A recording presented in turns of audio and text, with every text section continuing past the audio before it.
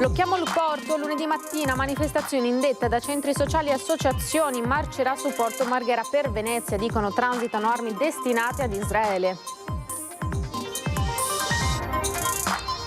Donate le corna di Stefano Bottaro, il 61enne di Vigonovo morto dopo essere rimasto schiacciato da un muletto, resta al giallo sulla dinamica della tragedia.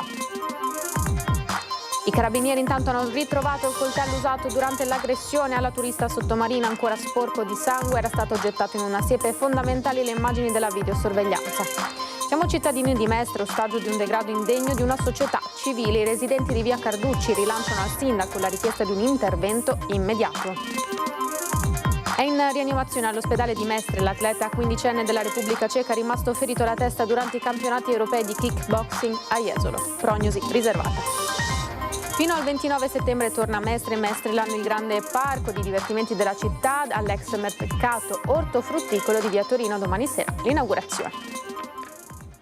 Buonasera, bentrovate e bentrovati, edizione di Venezia dei nostri telegiornali, le notizie subito. Partiamo con la cronaca. È prevista per lunedì mattina una grossa manifestazione, una marcia su Porto Marghera organizzata da centri sociali, associazioni e comitati con lo slogan "Blocchiamo il porto per Venezia". Dicono transitano armi destinate all'esercito di Israele.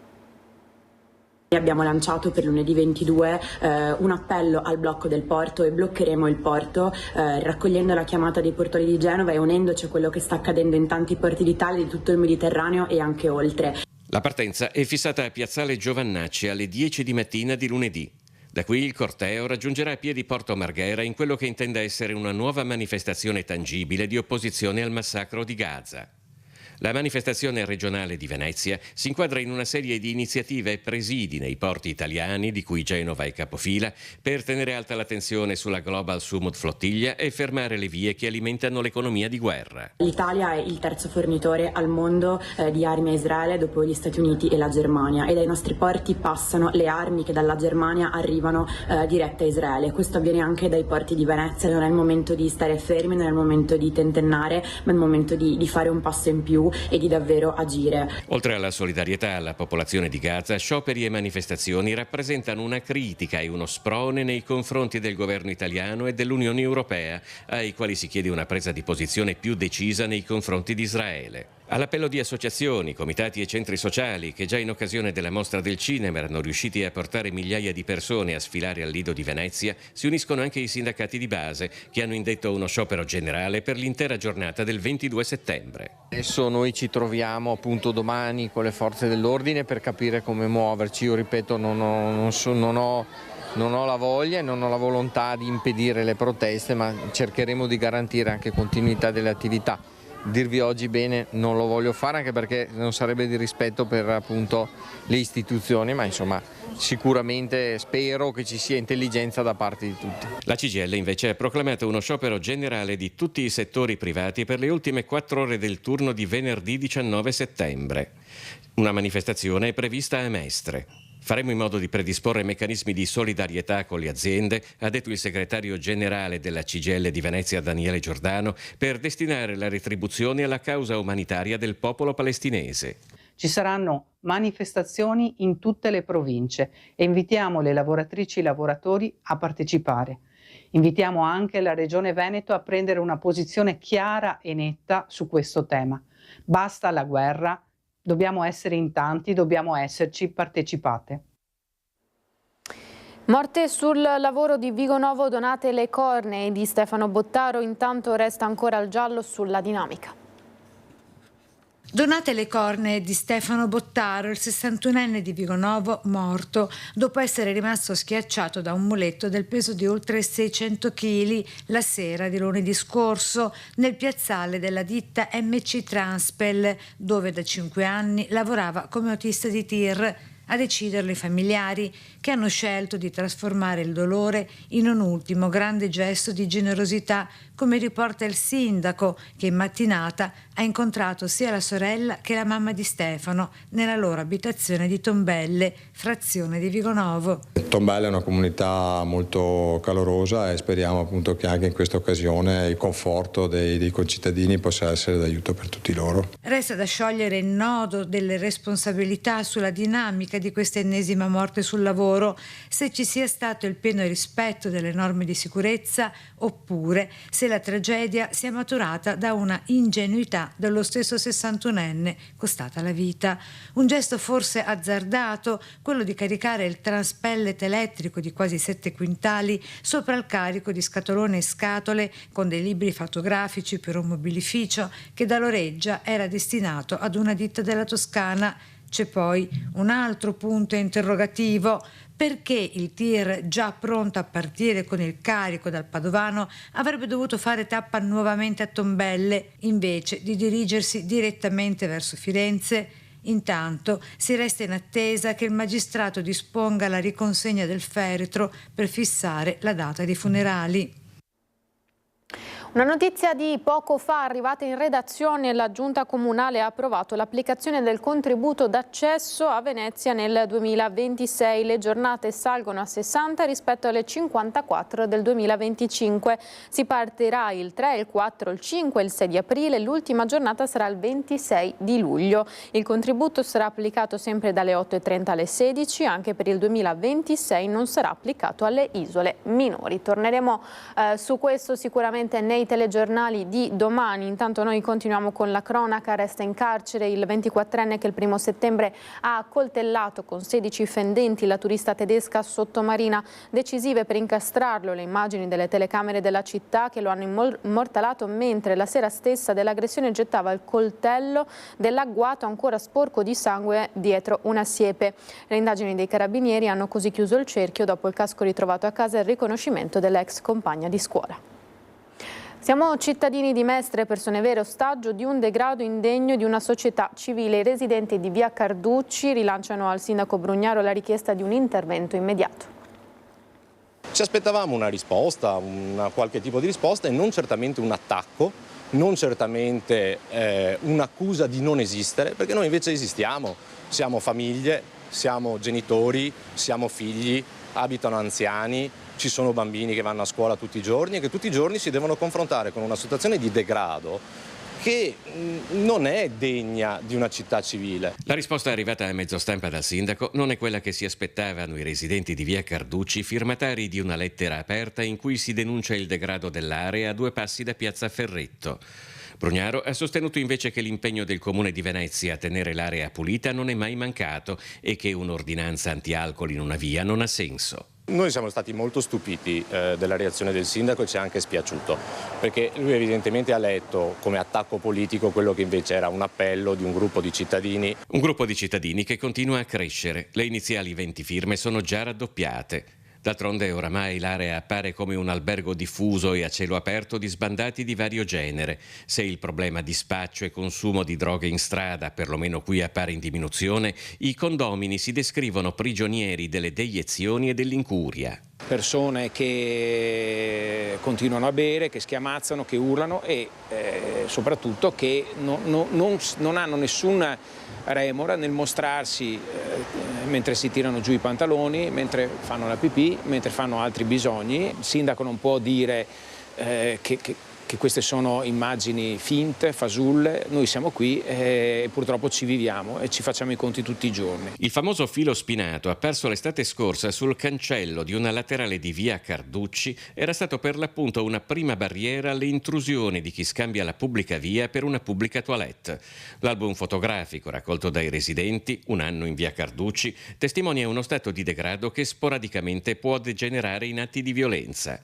Qui accanto c'è anche uno dei buchi neri più preoccupanti di Mestre, quell'ex sede Telecom più volte svuotata di inquilini abusivi e murata negli ingressi. La nostra è una delle poche città dove ci sono 2 mense attaccate che danno pranzo e cena. Non solo, ma la mensa dei frati, io ho visto gli spacciatori, che vedo perché ormai li conosco qui, e vanno a mangiare lì insieme a tanti altri, cioè italiani non ce ne sono più, sono tutti stranieri.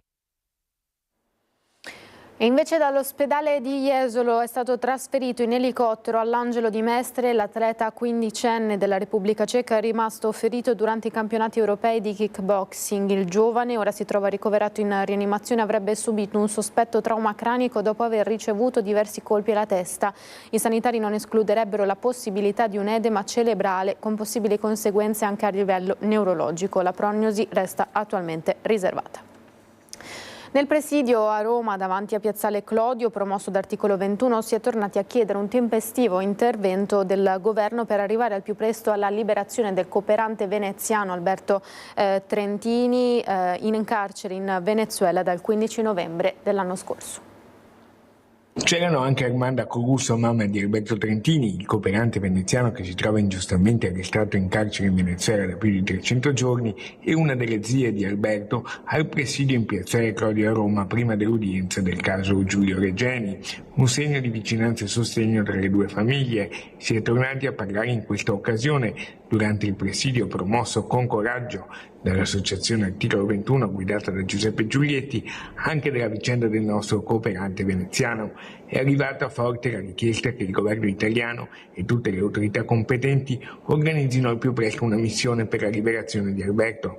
La mamma Armanda ha incrociato anche l'ambasciatore Luigi Vignali, che il governo italiano ha nominato come proprio ambasciatore speciale per ottenere la liberazione di Alberto e degli altri italiani prigionieri in Venezuela. Famiglie diverse che si incontrano qui davanti dandosi la solidarietà insieme a tante associazioni, da Articolo 21 a Giulio siamo noi. Ecco, si parla tanto dell'Italia dell'odio, ma l'Italia dell'amore e della solidarietà noi l'abbiamo incontrata questa mattina. L'avvocato Alessandra Ballerini, legale delle famiglie Regeni e Trentini, non ha usato giri di parole e pur con pacatezza ha ribadito la necessità che si arrivi al più presto a una soluzione. Alberto di fatto è stato vittima di una sparizione forzata, è un ostaggio, non una persona che ha commesso un reato all'estero, magari in Germania, ed è detenuto come facesse un avvocato e via di seguito. E quindi è una situazione diversa. Presente al presidio davanti al tribunale anche Elly Schlein,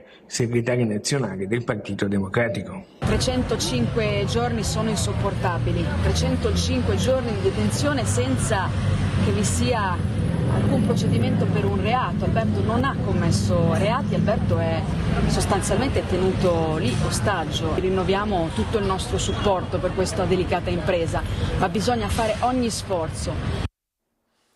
E le scuole tornano al centro del confronto politico, divenendo terreno di scontro ancora una volta e di botte e risposta a distanza tra la giunta Brugnaro e il PD. Dopo le critiche della consigliere di opposizione Monica Sambo, l'assessore Laura Besio torna a rivendicare l'impegno del comune. Più risorse e collaborazione con le scuole per non lasciare indietro nessuno, dice. La consigliera urla da giorni che il comune avrebbe tolto 18 ausiliari di sostegno. Chiariamo. Il comune da sempre assegna a ogni disabile un educatore di sostegno e se il piano personalizzato lo prevede anche un operatore sanitario. In nessuna scuola in Italia è prevista la figura dell'ausiliario di sostegno. Il numero di ausiliari che assegniamo ogni anno si basa sui bambini dell'anno scolastico e sulle particolarità che può avere un plesso o un servizio. Quest'anno Ames ha fatto un'operazione di riequilibrio degli assetti organici, non riduzione, assegnando chi ha bisogno al plesso più confacente, complessi oggi più equilibrati potenziamenti, già autorizzati con tanto di mail e non 21 persone che la consigliera racconta come nuove assunzioni grazie a lei, agiranno con maggiore forza. Infine, dopo la segnalazione di presenza di pulci in una scuola, la conferma che l'azienda sanitaria veneziana ha attivato tutti i protocolli previsti per la disinfestazione e la tutela della salute. Accusare di aver trattato questo caso con superficialità mi sembra anzitutto poco rispettoso anche del lavoro dei professionisti sanitari del campo. Dico solo che continuare a dire al mondo che i servizi scolastici comunali sono allo sbando, il luogo di malsanità, non rende un servizio a questa città.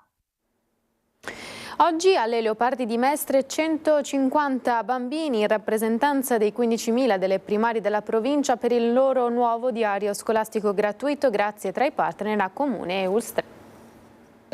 150 alunni delle scuole primarie hanno accolto e festeggiato il Mio Diario in rappresentanza dei 15.000 che lo utilizzeranno in tutte le scuole della provincia di Venezia. L'edizione 2025-2026 del diario scolastico gratuito sostenuto da ULSS Tre Serenissima, Comune e molti altri partner. Diario che accompagna i giovani alunni con pagine dedicate non soltanto ai compiti ma anche a buoni stili di vita. L'azienda sanitaria veneziana ha curato un'intera sezione dedicata alla prevenzione degli incidenti pediatrici domestici. Perché uno dei luoghi dove capitano più incidenti appunto sono i luoghi nei quali noi ci sentiamo magari anche più protetti e invece bisogna stare attenti. La sicurezza dei bambini per noi, oggi che è la giornata della sicurezza del bambino, è una cosa importante, stiamo cercando di trasmetterla come obiettivo di questo diario. Il diario rivolto in particolare agli studenti di terza, quarta e quinta, mentre per le prime e seconde è prevista una versione semplificata a quaderno. La presentazione a Mestre all'Istituto Comprensivo Viale San Marco, Plesso Giacomo Leopardi. E con gli insegnanti cerchiamo di dare un input agli alunni in modo tale che loro capiscano che cosa vuol dire vivere sicuri, vivere nel nostro ambiente, nella città, con dei comportamenti e degli stili di vita sani. Il titolo scelto per l'edizione 2025-2026 è Veneto leggendario, ampio spazio dedicato anche allo sport e alla cultura del territorio come strumenti di educazione e prevenzione. La nostra attività è sempre un'attività di rete e è all'interno di un grosso programma che si chiama Scuole che promuovono salute. Questo ci permette di collaborare con molte scuole che decidono di investire risorse e tempo per i bambini. E da domani fino al 29 settembre torna a Mestreland, il grande parco divertimenti della città, l'ex mercato ortofrutticolo di Via Torino.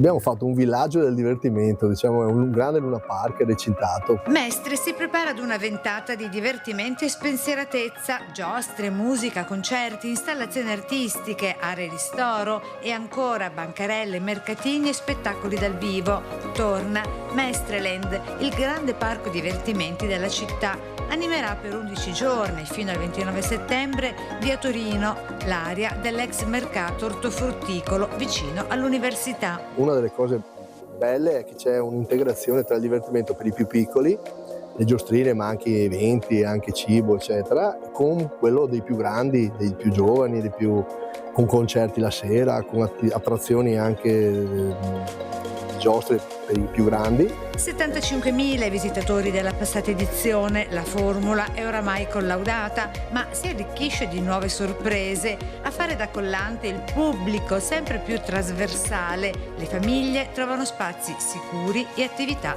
pensate per tutti. L'invito è che davvero Mestre e Marghera saranno presenti, ma insomma io spero e mi auguro ci sono anche tanti amici di Treviso, di Padova, perché vengono a vedere, perché è veramente un'iniziativa divertente. L'appuntamento atteso e ormai di rito segna un altro tassello nel percorso di rigenerazione urbana di Via Torino, divenuta nuovo punto di ritrovo per la città, dimostrando come l'area può diventare fucina di comunità e divertimento. È gratuito l'ingresso, però insomma ci sono concerti, tutto quello che c'è è tutto gratis.